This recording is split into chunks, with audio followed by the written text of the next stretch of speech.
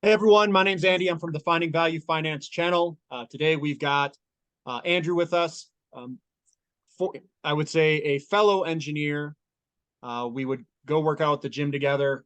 We do hang out. We both are, I'll give a little bit of background. We're both engineers. We both went to college at different schools. I went to school out in California. He went to school here in Colorado. And we both are homeowners. He actually owns multiple homes. I only own just the one. And we do have a question about real estate. So I wanted to get more than just my opinion on this, and we can walk together what we would do. It's just our financial opinion. You can use it however which way you want. And it's just what we would do if we were approaching or were in this scenario that I'm going to read. So I'll start. Well, number one, thanks for coming back on the channel, Andrew. Thank you for Yeah, you doing bet. that. So let's dive right into the question. So I have a question concerning real estate. Where would you put your money for a house down payment? Stocks, a CD, a treasury, cash in the bank. If you wanted to buy a house within the next 1 to 3 years, how would you handle that, or how did you handle that? Yeah. What's funny is that we did this exact same thing, me and my wife. So I had my first house before I got married. Then I deployed. And when I was while we were already engaged when I deployed. So we're talking finances while I'm deployed. And at that point, I already know how much money she has. Um, and so I already know how much money I have. So I'm already like game planning, right? You're deployed, you get really bored. So I made spreadsheets and all that kind of stuff. And had like the vision of what we wanted to do for the next 2 years. So our time frame was just about 2 years after getting married, or it was a year and a half. A year and a half after we got married, that's when we bought the second house. Um, and so in to address this question, I had money, a large amount of money in cash, basically. And my wife also had a large money in cash. And so when we got married and we combined all that, it was like, what do I do with this money? It was well into the six figures, right? So it was a lot of money that I hated seeing just sitting around. And what I ended up doing was I just put it in a high interest savings account because I felt like the time frame wasn't long enough to justify anything that could be risky. I guess, was that the right answer? Yes, because emotion. See, I don't know if I want to, dwell into the emotional side of things, but emotionally, I knew that in 2 years or 3 years or 1 year, I had a large amount of money for a down payment. That never changed. So when you think about the emotional side of it, it was very comfortable. Now, when you think of the financial side of it, obviously I should have put it in the S&P 500, um, because it peaked around the time I bought this house. So that would have been very nice, right? But that's in hindsight. Now, if you're so that's what we did. And now I'd like to hear, do you think I did the right thing, or what is your opinion on that part? If I knew that I was going to buy a house within 1 to 3 years, I would not invest it in the stock market. I would not invest it in commodities. I would probably look at bonds that were paying out some high level right now. That's kind of probably what I would do, or keep it in cash in the bank, or a combination of those things. So treasuries, a CD, cash in the Yeah. bank, it would be something that's really, I'm not trying to make a return on the money. I'm basically just trying to preserve the purchasing power of whatever I could with like as little minimal risk as possible. So I would probably look at CDs and cash in the bank, to be honest, All if right. it's within like the next year, Yeah, I'm glad we're year or in two. agreement there. So Yep. I'm looking at some CD rates, 1 to 5 year CDs. They all have around a 4 to 4.5% return on investment. You're And getting something. so he's married. Andrew's married. He has no kids, at least not yet. Um, and I'm married with lots of kids. I'll just I'll just say that. So you've got two answers from like the opposite ends of the spectrum. He's 30-ish, I'm 40-ish, so we're a little bit difference apart in age. And I'll read a little bit about the background. We'll keep diving into this. It says, we're a family of 4 currently renting an apartment in Seattle, Washington. We like to buy a home within the next couple of years, but not sure we want to be locked living in a certain area for a period of time. In the current market, we would need a substantial down payment to even be competitive in our offer or be able to afford the mortgage payments. It feels crazy just keeping a large amount of money on the side, doing nothing as inflation eats away at it, but the market is so volatile. We've also thought about moving to a different area in order to be closer to family, but that would require my husband finding a new job. I'm currently home with the kids. He works as an engineer. Do you think now is a good time to be making a transition to a new job in the tech field in the middle of a possible recession, or to stay in his current job for now? This person keeps seeing lots of articles talking about big tech companies laying off people. Any thoughts on that? Do you want me to go, or do you want to go, or? Go for it. Well, so the way that I view it, and it could be different than other people, so I'm just gonna throw out, it's just my opinion here. I think that either yourself or your husband and yourself or whatever, they need to create a vision for life. Vision is kind of what you're aiming for, what you want to do, what you want to have your family, like which area do you want to end up to be in. I think the vision's important because it makes you develop goals. It makes you focus on something that you strive to shoot for or aim at. If you don't aim at anything, if you don't shoot for anything, I think you kind of just go through life kind of wonderless. I know that we have a friend, I won't name his name, but I think he didn't have a good vision. And I asked him before he took a new job, I said, what's your vision? Like, just curious, what's your life's vision? And he's like, well, I don't really have one. And I'm like, okay, so you're going to move, get a new job just because you want more money and a title. And he's like, yeah.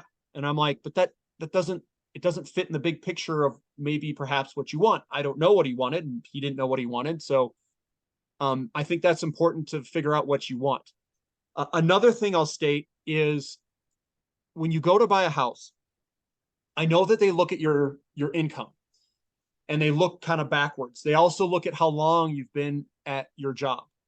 So if you just moved and you just got a new job, I'm not sure how that would impact getting a loan if you need to get a loan to buy a house. Because you're going to say, hey, look, I want to buy a house. And if you just moved there and it's only been a month or 6 months or 10 months, that may impact the qualification of getting a loan. And you may want to talk to a bank before you do that. Just an FYI, because I know they ask how long have you worked at your current job. When you go to apply for a loan, you'll say like 10 years. They're like, oh, that's stable, that's good. But if you just moved and you just changed your job, then they may look at that in a negative viewpoint if you just got hired. And then also going to change jobs and stuff like that, you spend a lot of time at your job. So you better make sure that you like what you're doing. And I know when you go to buy a new house and you pile on some debt, that could also be restrictive for, whoever's working. It could be, you could feel like you're under a lot of pressure to make payments and do stuff. So what I would suggest is create the vision, hopefully the vision matches both of you and you like that vision. Make sure the job's good. Make sure that he or she or whoever's working is happy with that job. If you're not happy with it, you pile on a bunch of debt. It creates a lot of stress, in my opinion. And sometimes it's not a good thing. What about you, Andrew? Okay, so I think I think you answered it kind of from a strategic standpoint, right? And it's true. It's definitely true. And the way I see it, I'm looking at it a little bit more tactically in response to that question. So I have my answers here. One, I just figured I note that the Seattle home prices I just looked it up, they're around 750,000. So, which is expensive. I mean, I had a friend buy a 2-bedroom apartment about a year ago and it was around 550. So it's definitely a more expensive housing market than the rest of the United States. Um, I would say to this person that don't let home ownership be a grass is greener on the it is a grass it can be a grass is greener on the other side situation. And I would say that might be even more true in Seattle where or Portland where you could the home you purchase might be like 50 years old if you're in the city, 50, 60, 70 years old, and you don't know what kind of upkeep it needs, what kind of remodeling it needs. And you'll be surprised. Sometimes, Andy, I look back at my apartment times and I go, man, those were good times. I didn't have any responsibilities. I moved into an apartment that was already like perfect. Mhm. And all I had to do was keep it clean from the mess I made. I didn't have to worry about all the messes. Like I'm looking at my house right now. I was painting one of the bathrooms before we did this call, and I was taking off the trim and they hot glued the trim to the wall. They didn't nail it in. Mhm. I'm like, you got to fix these things because it looks terrible. And now I'm Mhm. sitting there scraping hot glue off of my trim. When you're an apartment owner, you usually don't have to worry about those things unless you're in a really bad area where the apartments are kind of run down. But if you're working as an engineer and you can afford a decent apartment, sometimes that's, kind of look at that as a blessing for what it is at times. Um, and then my next note I have here is, yeah, long-term vision is definitely important. I would say if you don't know where you're going to live in 3 years, I would not be buying a house. I think I do think that's a mistake. Um, and the, this kind of ties into the last video we did where we were like, what does retirement mean to you? What does wealth mean to you? And it's freedom. Once you lock in a house and it's on a mortgage, you just took away a little bit of freedom that you have. Because now you're concerned, how, do we sell this house? If we sell the house and we don't cover because the housing market maybe goes down 5%, how are we going to cover for that difference? Um, do we need to sell this house and then move to Portland and then buy a house there? You're introducing complexity into your life that I would not want to have if I didn't know where I was going to be.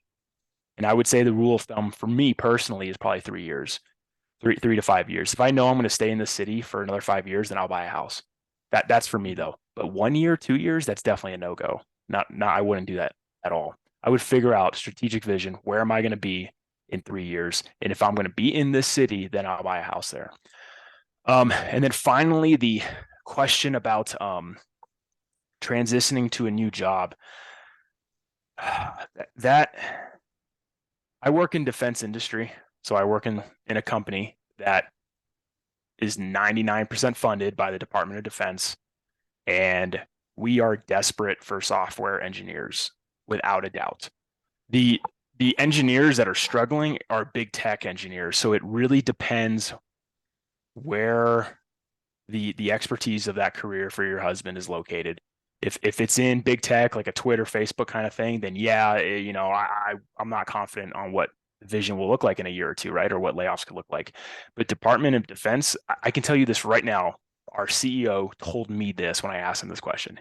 He said they are looking at the recession as a good thing because people are going to get laid off from big tech and they're going to come to the Department of Defense begging for jobs.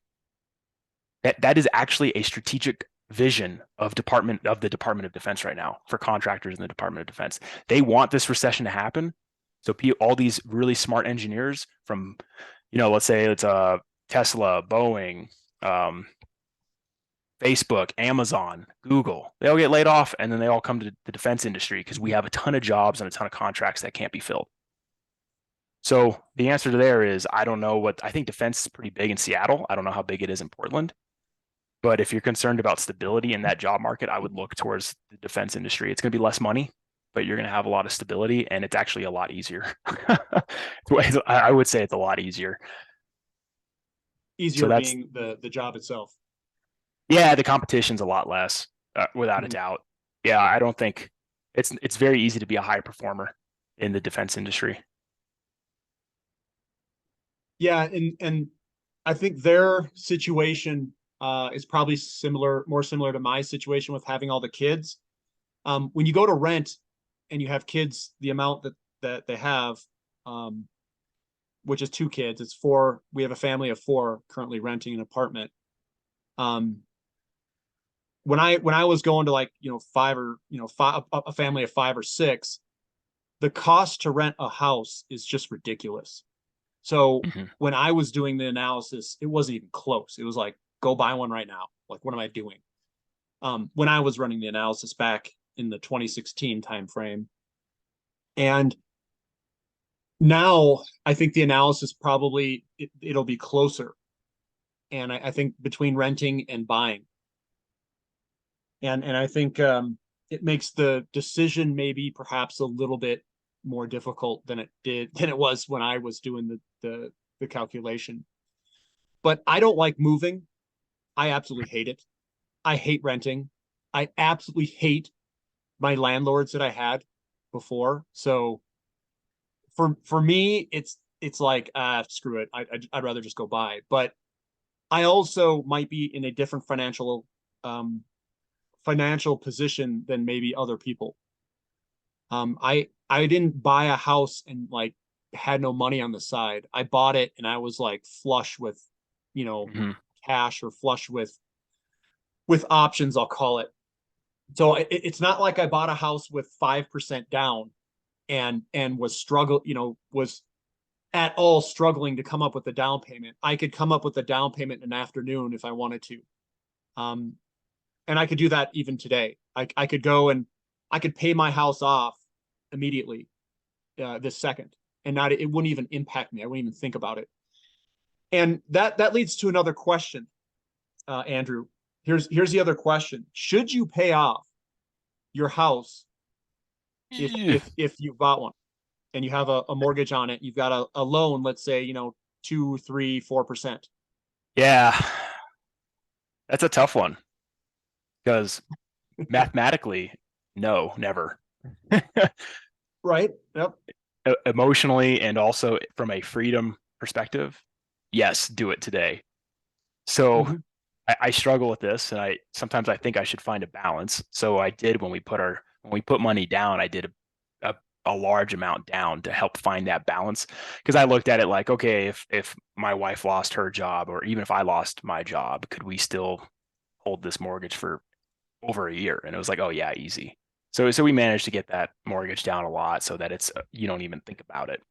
But at the same time, I think to me it always goes back to freedom, flexibility, options, and choice. And if you've got a mortgage that does limit you a little bit, it does limit you a little bit. So the idea that you can own it completely and never, oh, one more thing. How about the fact that you never have to respond to a bank again? The amount of times that I've had to call every time you get your loan gets bought out by a different bank and you got to call them and set up direct deposit and then they make you do this 10-factor authentication to make sure it's you. Every time I have one of those phone calls, the only thing coming to my mind is pay this thing off, pay this thing off, just so I never have another interaction with one of these idiots that are on the line that can't figure out what I want. But then I Mm-hmm. hang up and then I go, well, it's 3% interest. It ain't so bad. So I don't have Yep. an answer because it's like a weird balance. But I think if I made a lot in like the next 5 to 10 years, I'd probably pay it off a lot earlier. And I don't think I definitely can say that I'm not going to go the full 30-year term. I don't see that happening. Yeah. So my parents paid off their house very quickly. They did it in like 11 or 12 years. They are basically what Dave Ramsey describes to a T. But they also had very high interest rates back then. So they had high rates and they just pummeled it all down, paid it off as quickly as possible, and then started saving money. So they basically fit the mold that Dave Ramsey would describe to the T. They would be one of the people that probably Dave would reach out to and interview and say, "How did you do it?" Hmm. They did it exactly the same way that Dave Ramsey would suggest. My brother, who also makes he makes a pretty good amount of money, his family does. They bought a house and he was on a 30-year loan. He refinanced when rates were low to a 15-year loan at a lower rate, and he wants to pay it off as quickly as he can. But that's what his his decision is. Mine's the exact opposite of my brother, and mine is the exact opposite of my parents. I want to throw the thing so far out in the future that when I pay this thing off, I'm going to be giving them worthless pieces of paper. Mhm. So what my parents did might have been the correct thing to do in a high interest rate environment. Completely agree with that with high interest rate mortgage rates. But I'm a little confused on why you'd want to basically give all your money up front to pay the house off. And I think that, and this is my opinion here, I think it's more dangerous to pay the house off than it is to have a loan. So what do I mean by that? Um, all we're doing is when we live, we're just playing a game, I call it. We're playing the game, all right, the game of life.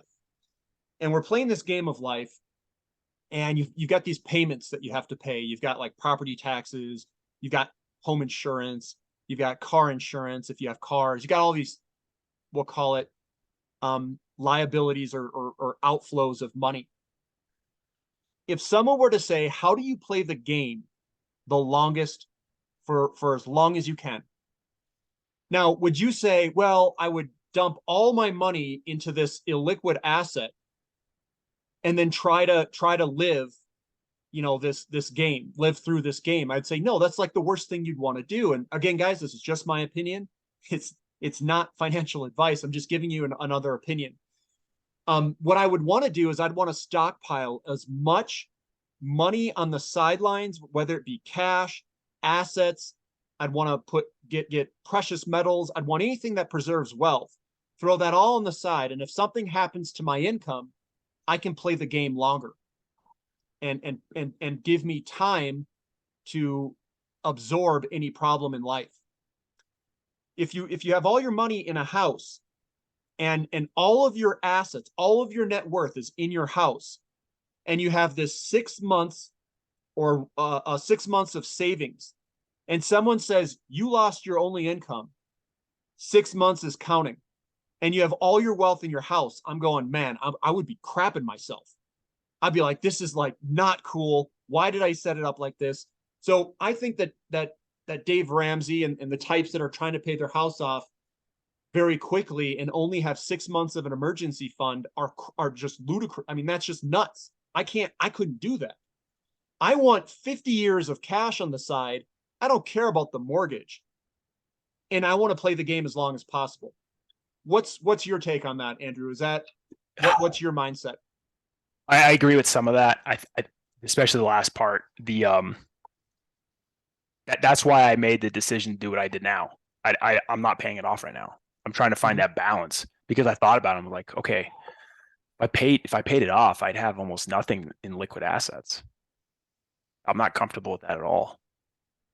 Mm-hmm. So, and when it's all in your house, the only way to tap into that money is either to take out a mortgage through a HELOC, or you got to sell it. So, I mean, what's the right answer there?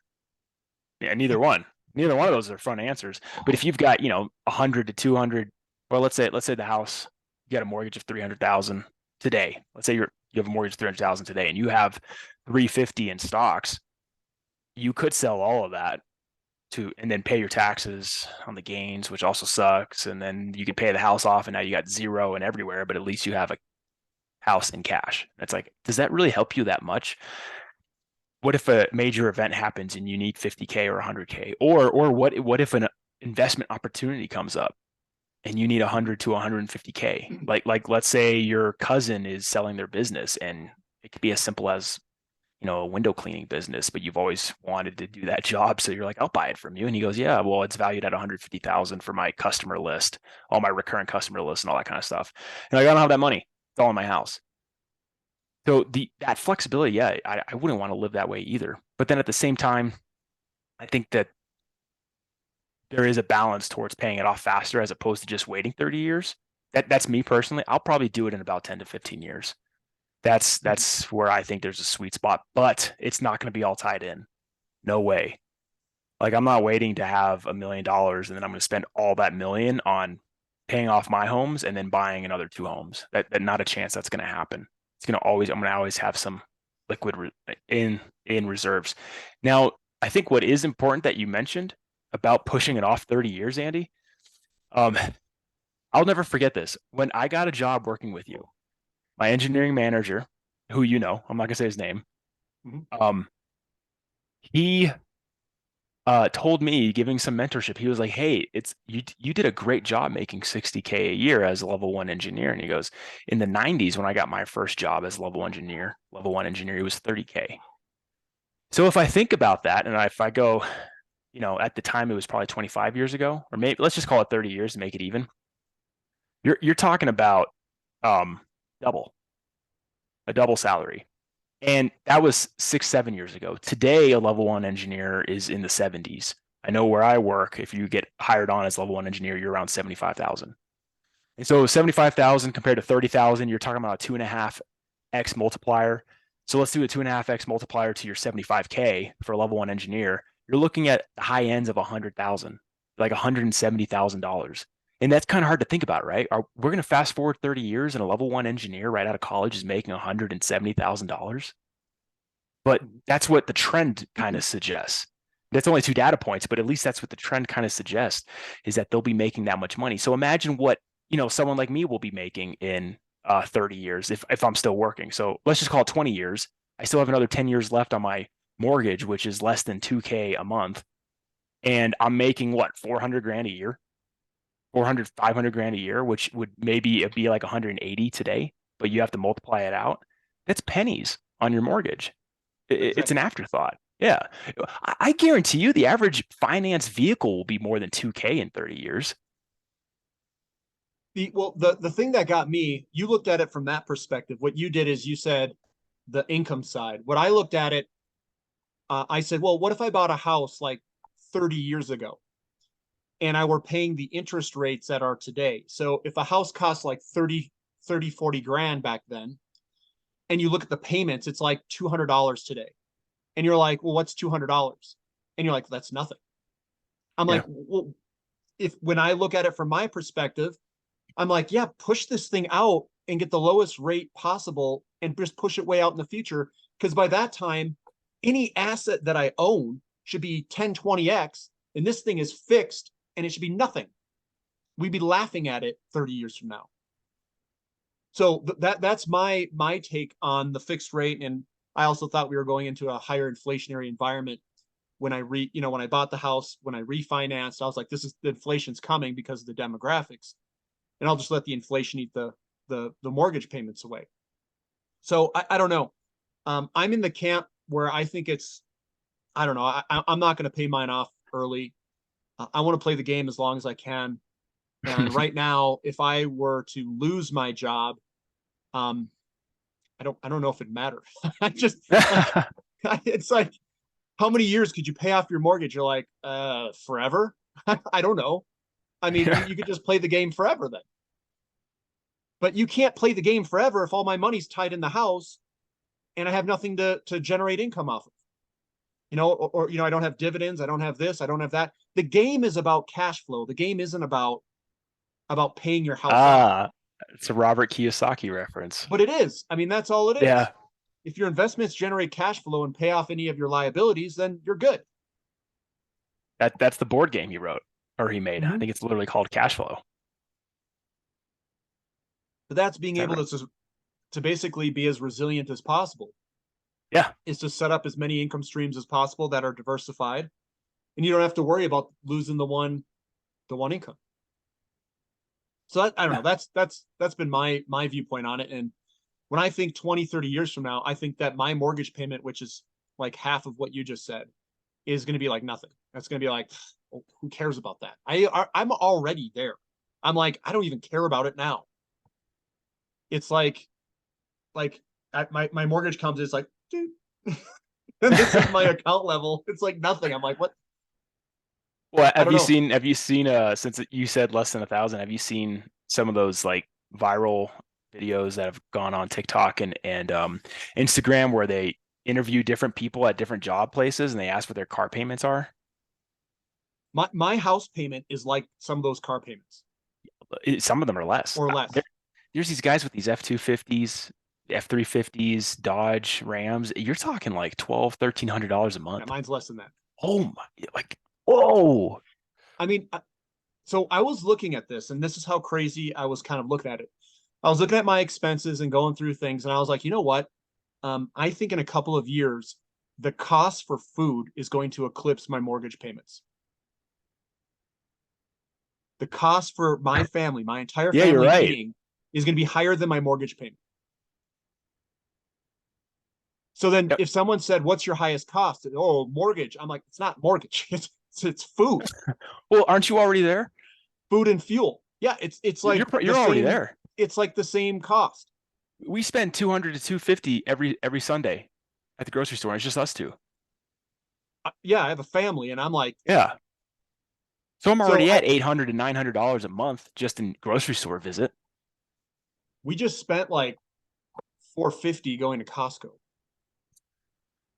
And then we Yeah. spend, I buy stuff all the time to kind of mix in, and we're overbuying a little bit because we want to stock a little bit up a little bit, get a little bit of a buffer. But even so, my cost of food is more than my mortgage, and my mortgage is fixed. Like I don't even care about that. Keep Yeah. it there. It's Well, that's why I think that's what the 10 to 15 year time frame that I'm thinking of. It's not even that I'm paying more right now. I'm not paying more. I pay what's due every month.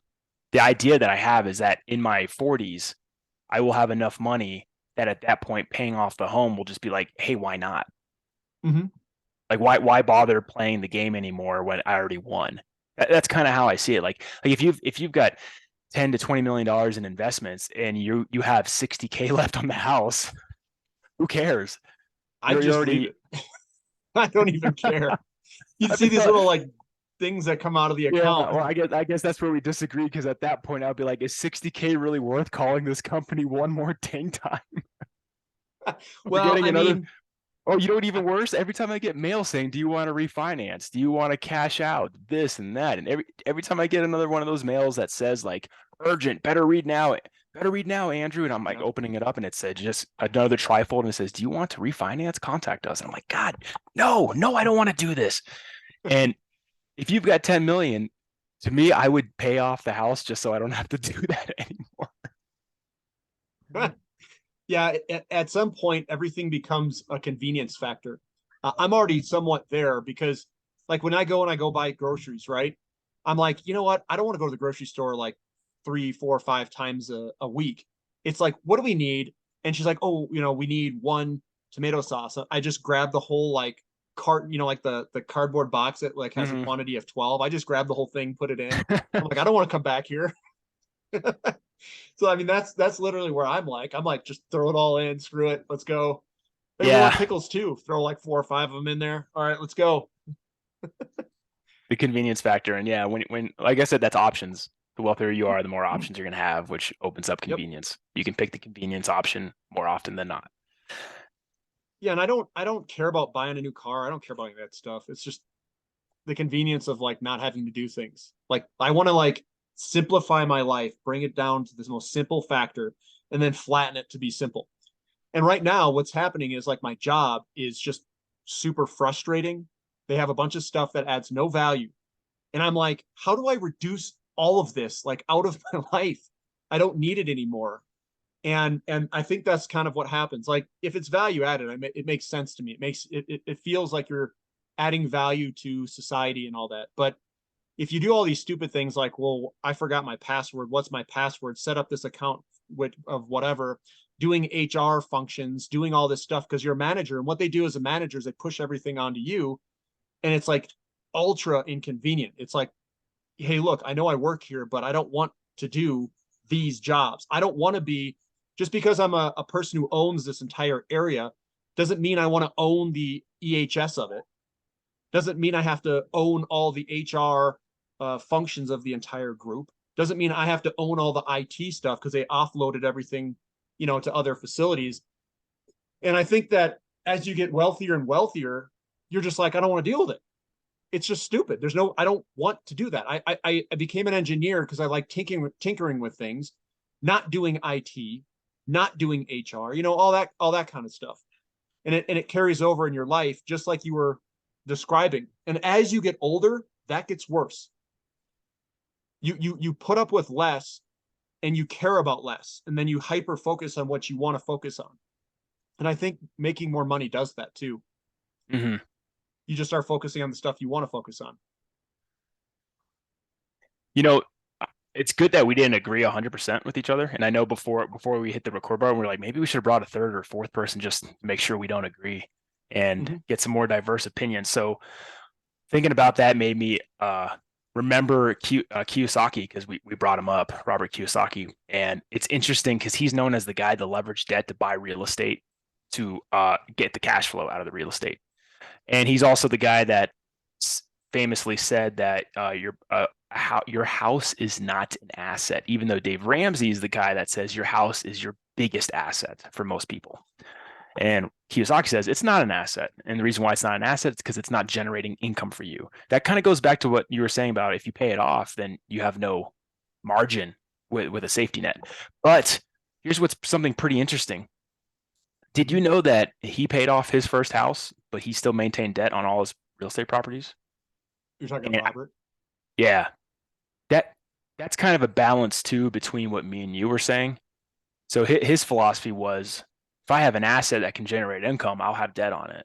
But since my liability is my primary residence, I'm going to pay it off today. So he lived in his paid off house, but all the rest of his properties had debt. And Mhm. that's just another viewpoint that's different than what me and you said that people could probably do. Yeah, I think I'm in the minority, to be honest. Yeah, you probably are. Because Yeah, I but look at this, it's from our market conditions. It's due to our low interest rates. it's yeah, 100%. Yeah, So if Ramsey were to come and interview me because I meet his requirements, I would say no, I didn't pay off my mortgage. I still have it. yeah, you'd be the less than 10% of people he Yep. interviews. Yeah, But I also probably hit the mark quicker than, to become a millionaire. I probably hit that mark quicker than the majority of people that he interviews as well. oh, easily. So, I did that in my 30s, and I don't know too many people that have done that. I mean, there's some people who've made billions of dollars before they're 30. Mark Zuckerberg and some of these guys, it's just, I don't know how they Sam shovel Bankman-Fried. that amount of money at them. God. Hey, But Sam Bankman-Fried, FTX. yeah, yeah, just crazy. But I don't know. I mean, I just don't spend a lot, I guess. I've got a large disparity between income and what I spend. Well, hey, by chance do you remember? I mean, we're rewinding 5 years ago. The first time I bought silver, we actually went to the post office together to go pick it up. Do you remember that friend of mine that I brought with me? He was my Mm-hmm. coworker. Yeah. He's in his 30s. He's a millionaire in his 30s, and he has a mortgage. So he's also in that minority.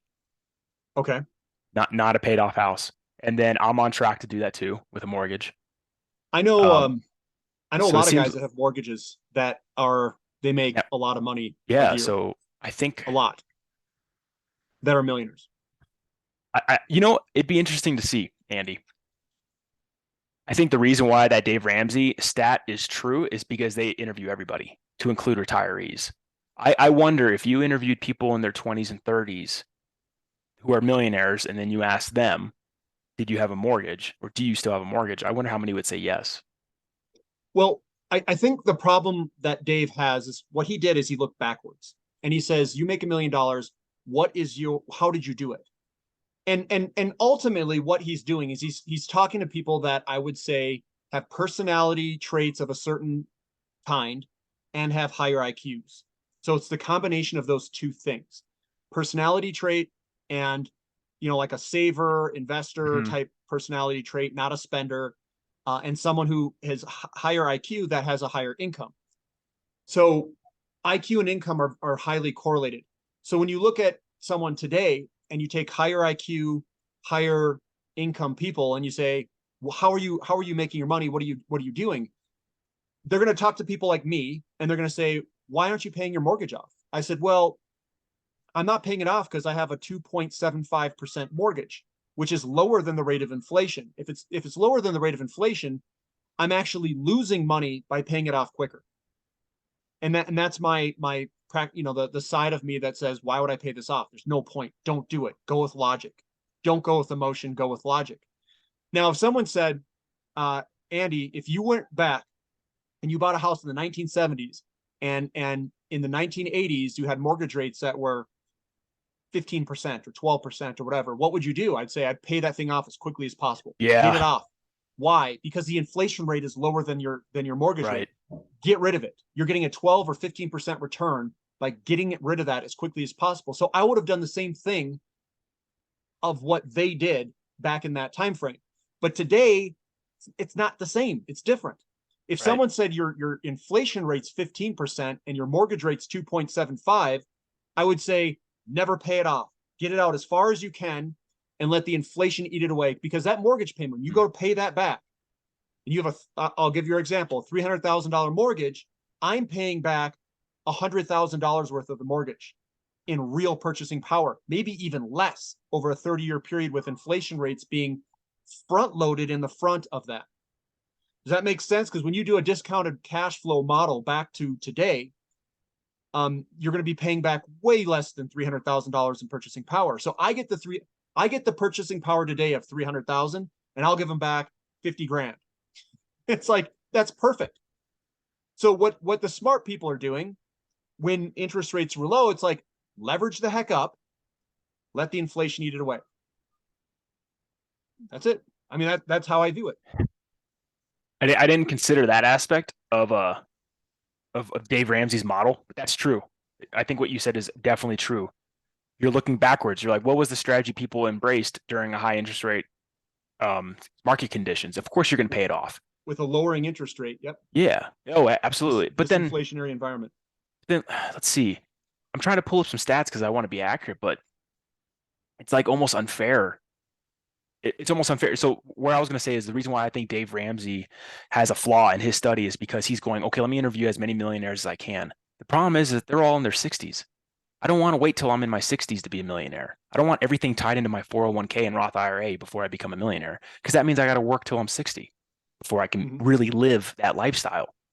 But that's what he did. He goes, okay, so he interviews the vast majority of his millionaires that he interviews, they're already retired in their 60s. And he goes, so how much did you pay off your home? And they go, yes.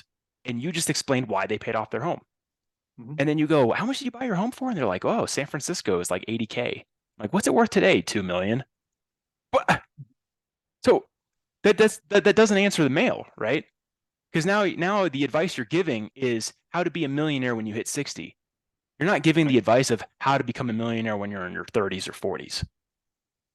Well, yeah. So what you do is you would shrink all of your pool that you talk to. It's not just millionaires; it's millionaires and some other thing. You put more constraints on it, and what happens is you're gonna have to increase your income even more. Yeah, and that's the thing that you have the most control over, is the thing that you should be pushing the most. So if you have your own business, if you have something that you can control the outcome, you push those as much as you can. Investing, you don't control the outcome. You are a player in the game that's just riding the wave. And the wave determines where you go, not you. You have no control over where this thing's going to go and the time frame it's going to do it in. It's like trying to sail across the ocean. How fast you get there, if you've got wind powering you, is as fast as the wind's going to take you. And there's going to be times where there's no wind and you're going to be sitting there doing nothing. That is exactly the same as investing. But if you have an outcome, if you can control the outcome, if it's the number of things that you can sell and you can do discounts and you can do this and you can do that, that you have more control over. So you can push that more out there. So that's something that, I don't know if a lot of people talk about that. And, I do think it's important to lock in the costs and have the reason, like one of the top reasons I bought a house is because you can lock in the costs and then you can see what your liabilities are for the rest way out there. And I knew that they're going to get less and less with time. They're going to be less impactful on me if I lock everything in. Renting doesn't do that. Renting it keeps going up. And if you have a constraint in the system, your rent prices can go up dramatically in a very short period of time. I don't want that. I don't want the volatility. And that's one of the main reasons why I locked in, put some money down and said, just lock in my costs. I don't care. So that's another reason why I bought and I wanted to lock it in, because I was getting afraid that we could get massive increases in rent, which we did. It's over 3 times what I pay my mortgage to rent the house next to me. And I'm like, I don't want that. I would struggle. I would struggle today if I didn't buy a house and lock it in, given where some of these prices are at, or I'd have to move. Man, it would be interesting if we did our own study, just Mhm. people in their 30s or people that became net worth millionaires in their 30s and just ask them that one question. That's it. Do you still have a mortgage? Or do you have a paid off house? And I want to say, if I had to guess, I would say more than half probably still have a mortgage because they're Well, the looking at it people, like us. They're our age where they're going, they're smart people. They're in their yep. 30s and they have a lot of wealth and they're going, I'm not paying this thing off. It's locked in at 3%. So every person that I know that has a net worth over a million has a mortgage. Every single one. I've been thinking that too. And yeah, yep. Every single one, which is about 7 or 8. But then again, at the same time, I actually don't know anyone in there. I know one guy in his 30s who has a paid off house, but he was a millionaire before he bought that house. Hmm. So he doesn't count. I also think that the multiples of what a house costs are more than what they used to be, in terms of multiples of a person's salary. Oh, the purchasing power compared to your take home. Yeah. Yeah. Yeah, yeah. So some person they're buying a $50,000 house and they make, like 10 or 15 grand. Versus today they might make 100 grand, but they're buying a 700, 800, $900 million house just because of where they live and what the costs are. You went from a So I think it's a little 5x bit, to a 7. Yeah. yeah, it's a little harder Yeah, to justify that. there is proof of that too. I've seen a graph that showed Mhm. that, and it's very eye opening. It's the what is that index? House affordability index, I think is what it's called. The countries or Chiller. the zip codes like annual income relative to the price of that house. Mm. But yeah, it's doubled since the 1950s or 60s. It's Yep. gotten a lot worse. But part of that too is because the labor force was half of what it is today back then because everyone was a single family, single working household where only the husband worked and the wife was a stay-at-home mom. So the wages had to be really high. So what we've done was we structured our economy so that Mhm. everyone it's really difficult to afford a lifestyle today if your wife doesn't work because everyone's wives works. So that pumps that. So now the disposable Buying income power. is a lot higher. The buying power is a lot Yep. higher in those other families. So they force everyone else to do the same thing. Yeah, that was the downfall of women entering the workforce. I'm not against it or for it, but that is one downfall of it. It's just a Is that, consequence. Yeah. yeah, it's an outcome that you have to basically manage. Yep. That's it. It's an outcome you got to manage. Yeah. That's a good way of putting it. It's not political. It's not feminist. It's not sexist. It's none of those things. It's just an outcome Mhm. you got to manage based off of a choice as a society we made. That's it. Yep. Do you have anything else you want to add, Andrew? No, I think that was a good talk. And it was also definitely a great question um, from the commenter. And Mhm. I hope that there was she can take it away and make her own decision with the information she has and just feel comfortable making that decision. Yeah, yeah. I don't know. I'm just trying to think what I would do at this exact moment. I haven't run the numbers where this is what rent would be. This is kind of what I project it to go 10 years from now. And this is what the payments are today because it differs for every city. It differs what situation you're in. You can put more of a down payment down versus less. It's real hard because you can play with the numbers so much. And it's hard for me to empathize a little bit too because I don't have two kids. So that plays a factor in the apartment lifestyle. But I think a good rule of thumb here would be how we said have some cushion. So if you're in an unstable job position and you have a good cushion and you move to Portland and now you introduce instability, I would not dump my savings account into a home. But if you know you're going to stay in Seattle where there's a little bit more stability, then maybe I'd be more inclined to purchase in Seattle. Mm-hmm. I That that's how I see it right now. when I But I haven't purchased crunched the numbers. when I purchased, I had a stable job. I had six-figure cash, not cash, but investments well over six figures sitting on the sidelines if I needed to ever tap anything. So I might have been in the minority. I mean, that's like saying, oh, well, I'm going to struggle to buy this house or whatever. So I go and buy it and I have like 500 or 600 grand sitting there. It's like, okay, that's really not a big deal. I mean, people would look at that and be like, that's kind of stupid. But that's my situation. And I waited to do that. But I don't know, other people, I think they struggle a lot more, but I'm also completely different than them. I look at their expenditures and I just like 80% of their expenditures I would call stupid and unnecessary, and I'd get rid of them. So when they say, "Oh, I can't afford a house," I'm like, Starbucks, gone. Yeah. Eating out, 5 times a week, gone. You're spending to do whatever. You can do that yourself, gone. I'm like, you can eliminate 80% of what you're spending in a heartbeat, and your life really wouldn't be that much different than where you are today. You'd probably even be healthier, eating out less and eating more higher quality foods. So I'm like, it's, and I was talking about that with another engineer. If you're making 100 or 130,000, something on the lines of that, or even 80, you can cut and budget. And I know it's a little bit more difficult with kids, but you can still cut and budget a lot of stuff out if you have to, if you really want what you want. And that falls in with the vision. You want to go, if you want a house and you want to go live over there, make it happen. Don't sit there and complain. Oh, I can't afford anything. I'm like, how much are you making? 100 grand. Shut up. You can figure it out. If you're smart enough to get 100 grand, you're smart enough to figure out where you're spending it and where you're just blowing money. That's my opinion there. Yeah, how many subscriptions do they have that they forgot about that they're still paying? Oh yeah, I forgot I had Netflix and Amazon Prime. Like, why do you? I don't have Amazon Prime. Look, it's not a lot of money, but fundamentally, so I know Amazon Prime allows you to get videos and streaming services now, so that is a extra benefit of it today. But when it first came out and it was basically just free shipping or free 2-day shipping or whatever it was, as opposed to getting it free in 7 days, I remember looking at it going, this is dumb. I'm not subscribing to this. All I had to do was wait another 5 days and I'd still get my thing for free.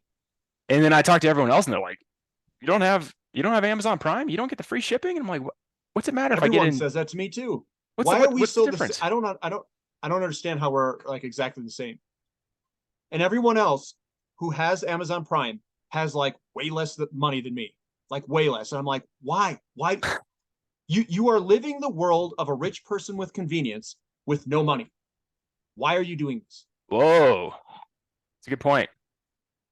Yeah, you're living the lifestyle, but you don't have it. Yeah. Yeah, that's all it is. Yeah, I mean, last weekend, even if I was way richer than what I was, I would still not buy Amazon Prime. I think it's just stupid. What's the cost? Oh, $15 a month. Oh, it's a lot more now. Yeah, it's 140 a year.